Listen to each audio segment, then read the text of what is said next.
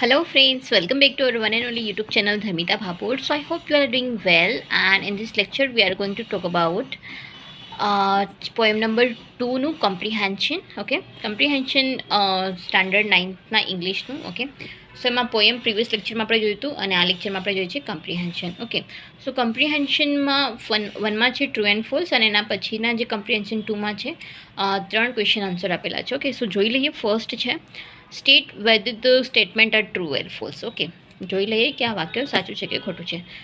The poem is about farm life and the country side. Okay, ગ્રામ્ય જીવન વિશે છે અને કોના વિશે છે? ફાર્મ લાઈફ, એટલે જે ખેડૂત છે એની લાઈફ વિશે છે. તો કે હા, ટ્રુ, સાચું છે. સેકન્ડ છે ધ વિલેજ લાઈફ ઇઝ અનપ્લેઝન્ટ. અનપ્લેઝન્ટ એટલે ખુશીવાળી નથી, ના, ખુશીવાળી છે વિલેજની લાઈફ. સો આવશે ફોલ્સ. યસ. થર્ડ વન છે the farmers is country side are unhappy with the hardship in the farming. Okay, એ લોકોને કેવી એકદમ મજા નથી આવતી ખેતી કરવામાં, એ બધી વસ્તુ છે. તો કે આ વાક્ય પણ એમનું ખોટું છે. એમ લોકોને બહુ મજા આવે છે, લોકો મક્કમતાથી લોકોનું કામ કરે છે. ઓકે, ફોર્થ વન છે ploughing is an act of satisfaction for farmer. તો કે ટ્રુ. જે શું કરવું, ખેતી કરવી, એ કોના માટે સેટિસ્ફેક્શનનું કામ છે? ફાર્મર માટે. સો આ વાક્ય આવશે ટ્રુ. યસ.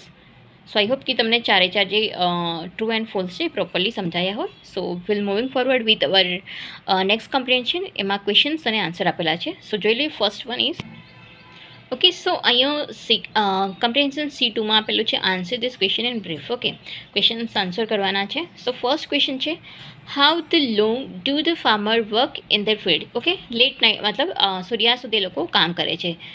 તો અહીંયા ક્વેશ્ચન પૂછ્યો છે હાઉ લોંગ, કેટલા ટાઈમ સુધી લોકો ખેતરમાં કામ કરે છે, ઓન ફિલ્ડ, ધેર ફિલ્ડ એટલે તેમના ખેતરમાં. તો farmers work from early morning to evening in the field. Okay, મોર્નિંગમાં જતા રહે તો સાંજે સૂર્યા સુધી લોકો કામ કરતા હોય છે. ઓકે, સેકન્ડ ક્વેશ્ચન છે how does the poet describe the country life in the poem. Okay, જે પોએટ છે કઈ રીતે ડિસ્ક્રાઇબ કરી છે ગ્રામ્ય જીવનને પોએમની અંદર કઈ રીતે બતાવવામાં આવ્યું છે પોએટ દ્વારા. So according to the poet, okay, કોના દ્વારા? According to the poet, country life is a sweet, it is neither too hot nor too cold. Okay, બહુ ઠંડી બી નથી હોતી, બહુ ગરમી બી નથી હોતી. The air is pleasant and clean. Air કેવી હોય છે? એકદમ પ્લેઝન્ટ હોય છે, ખુશનુમા, અને ક્લીન, એકદમ પ્રદૂષણ વગરની. Fields are field with crops and there are trees and all around. Okay, શું કહે છે? જે ફિલ્ડ હોય છે, ખેતર, ફિલ્ડનો મતલબ અહીંયા થશે ખેતર છે, એની આજુબાજુ શું હોય છે? એની આજુબાજુ ટ્રીસ હોય છે, ફ્લાવર હોય છે, એની અંદર શું હોય છે? ક્રોપ્સ હોય છે, જે પણ ઉગાડ્યું હોય છે, લોકોએ વાવણી કરી છે, એકદમ ગ્રીનરી જ ગ્રીનરી હોય છે. તો આ વસ્તુ એને ડિસ્ક્રાઇબ કરી છે અમની લાઈફ વિશે, ગામડાની life. The third one is what makes the morning pleasant for the farmers. Okay, કોણ? એ લોકોની મોર્નિંગ છે એકદમ ખુશનુમા બનાવે છે. જે ગીતો ગાતા, કલબલાટ કરતા પક્ષીઓ. Okay, the sweet singing of the bird in the trees makes on the morning pleasant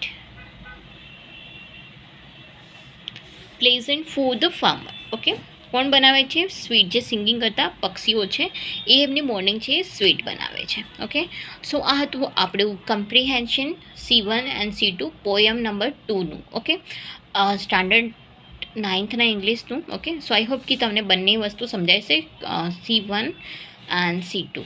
okay, so thank you very much for watching this video. Please like, share and subscribe the channel.